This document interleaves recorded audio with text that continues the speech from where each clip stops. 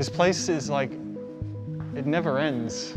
No, there's always another bit to find, and this is off limits to staff, really. You know, this is a behind the scenes access area. Like we don't use this as a general day-to-day area, so there's some pretty cool stuff in here.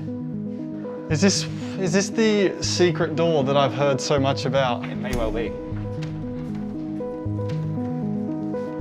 What? Not so secret anymore. No, not anymore. It's cool, isn't it?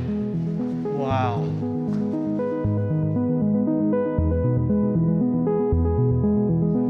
Where do we, I guess, I was going to say, where do we start? I guess we start here. All right, so educate me.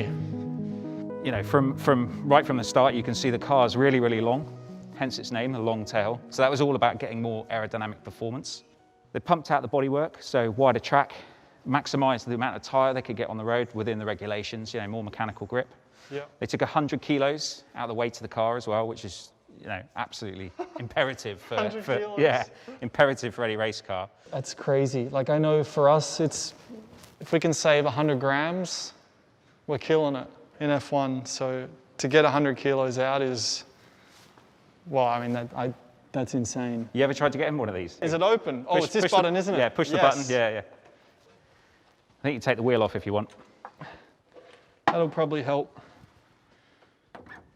All right, doesn't look elegant.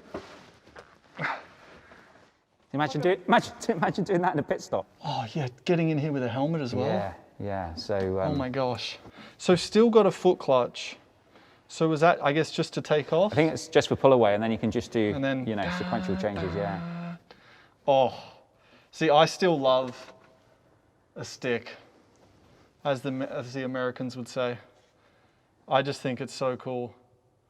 A H pattern maybe is a bit complicated for a kid like me, but sequential stick is like, oh, it's cool. Yeah, something theatrical about it, isn't there? Yeah, it's so long and just also quite flat. Yeah. Like when you think about the front of the car with the louvers and everything, the back is kind of, it's pretty simple.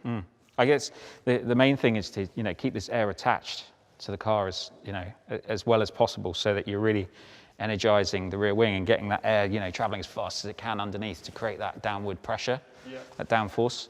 So they've only put features in where they need it. Again, that sort of form follows function. So really the main things about this car were the chassis dynamics, the bodywork, lengthening it, increasing the downforce, changing the powertrain and taking that weight out. And so those pillars really are kind of like where we've gone with the LT sub-brand. So that kind of took us on nicely to this car. I recognize this very well because I own one. It was the first sports car I ever purchased, a blue 675 LT. That's quite a sports car to start with. Yeah, yeah, I know. Well, I was quite like, you know, I was quite sensible. Okay. But okay. Mate, I love it. I love it. You know, the origins of this car are in the long tail, and they're really focused on kind of adding that driver engagement, you know, like the brakes, the steering, all of those touch points, all those things that you feel as a driver when you're you know, taking one of these on a spirited drive. Yeah.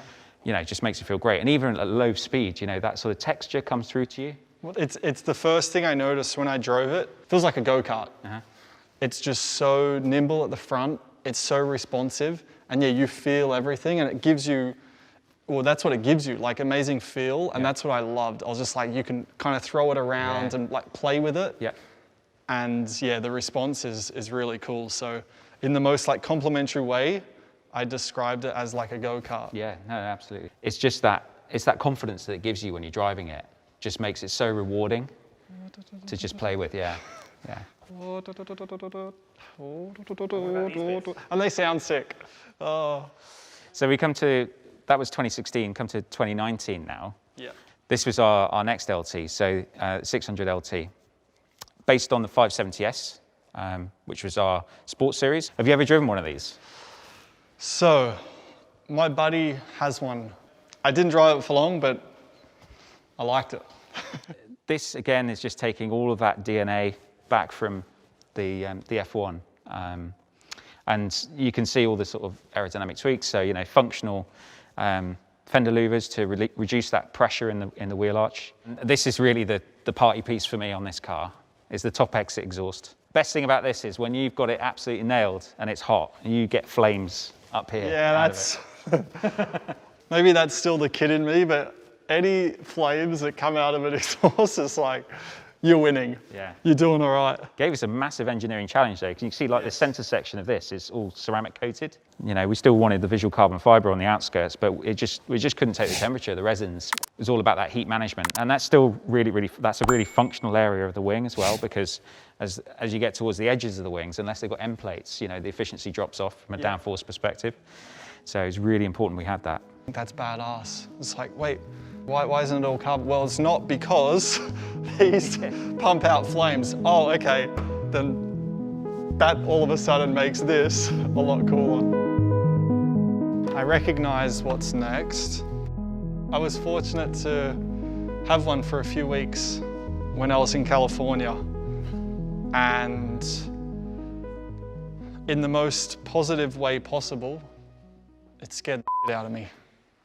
It is so fast. Yeah.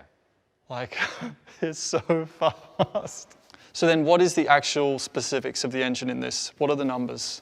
Okay, so 4 litre V8, twin turbo, twin scroll turbos for faster spool up. It's got 765 PS and 800 Newton meters of torque. So it'll get you, as you said, how fast it was. It will get you from 0 to 124 miles an hour, or 200 kilometers an hour, if you're speaking that money, in 7.2 seconds. 0 to 200 Yeah. in 7.2 7.2. seconds. Yeah. Pretty quick. And she'll sail on to 205 miles an hour, top speed.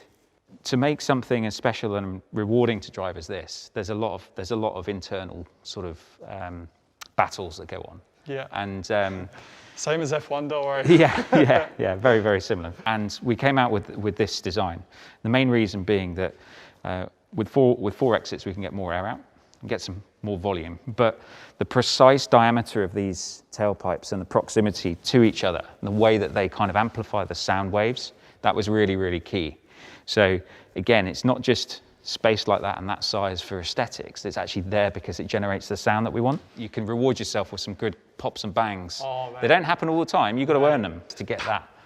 Yeah, and you feel it. Crack, yeah. I love it. Like you feel it even through the wheel. You feel it. You feel it through your spine. It adds to the whole experience. But yeah, it's such a good point what you say, because like I look at the quad exhaust, I'm like, man, that looks cool.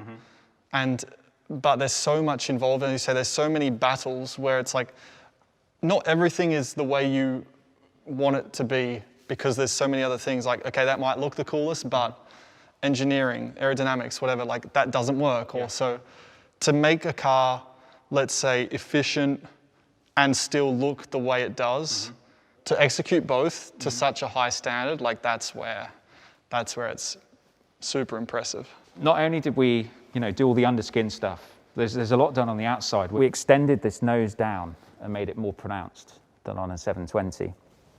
Enlarged this splitter. Obviously, we're trying to get more cooling into the car because it's got more power and performance.